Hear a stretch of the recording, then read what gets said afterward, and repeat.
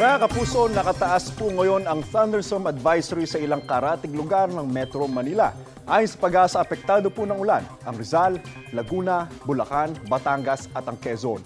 Pinaalerto po ang mga residente sa banta ng baha o kaya naman ang landslide.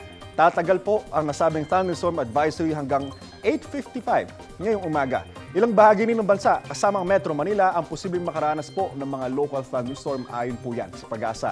May umirang namang northeasterly surface wind flow sa Batanes at sa may Babuyan Island. Sa mga susunod na oras mga kapuso, maapektuhan na po ng trough o extension ng bagyong Marce ang Eastern Visayas, ang Bicol Region, ang Rora, ang Quezon at ang Cagayan Valley Region. Paalala mga kapuso, stay safe and stay updated.